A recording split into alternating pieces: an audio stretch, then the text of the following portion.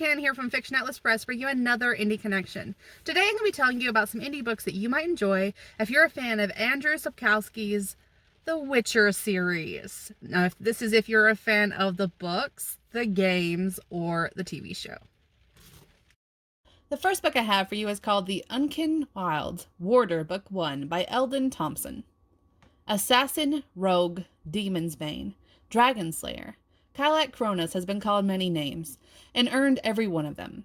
Months shy of his 17th spring, he is already the deadliest man alive.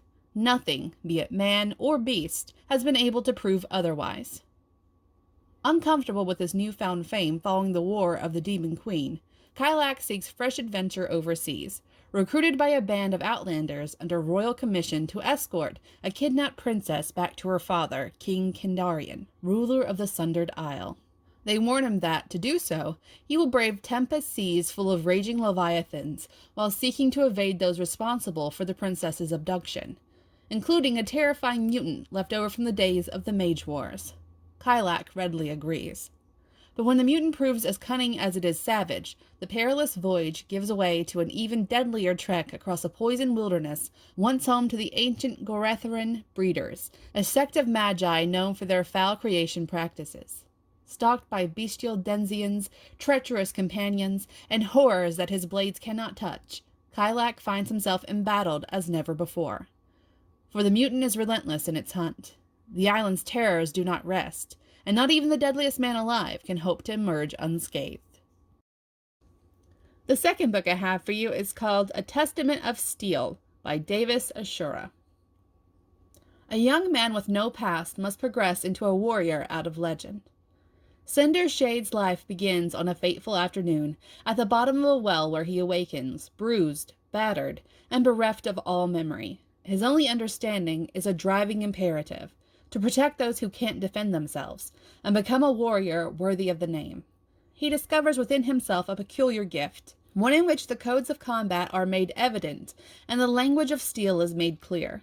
When he earns a place at a prestigious elven warrior academy, Cinder fights to enhance his knowledge, and perhaps even humble the proud elves who believe no human is their equal. His hard-earned skills are put to the test when strange rumblings emanate from deep in the Dagger Mountains. Monsters out of myth emerge, and so does something far worse, an ancient god. The world believes this deity long dead, but he is very much alive, and he remembers his enemies all too well, even if they don't remember themselves.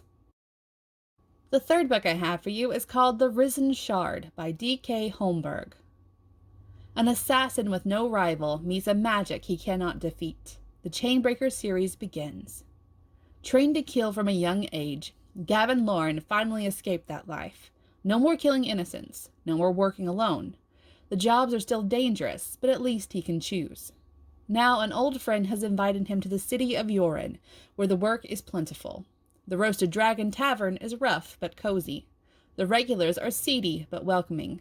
The owner, Jessica, is fond of him. It's almost too good to be true. His good fortune is fleeting. Gavin finds himself facing a new enemy, fast and deadly Alaris warriors, an ancient race with an innate magical talent. By the time he learns sorcery's involved, he's in too deep. To succeed, he'll have to uncover parts of his past that he'd hoped to forget. It will take an assassin without equal to survive. It will take the Chainbreaker. And the last book I have for you is called The Call by Elí Freysson. Rowdy tomboy Katya has always been haunted by premonitions that she will face terrible foes and a lifetime of violence. Her dreams finally come to a frightening reality when she faces a marauding demon and meets Surdra, a mysterious warrior woman who introduces Katya to the supernatural gifts they share, and the responsibilities that come with them. Together they venture out and heed the call, as an old evil stirs in Katya's homeland. For 300 years the battle for the world of mankind has stayed in the shadows, but the old terrors merely slumber and bide their time, while men squabble and forget what awaits them. The silent war cannot be won, but the torch can be passed on.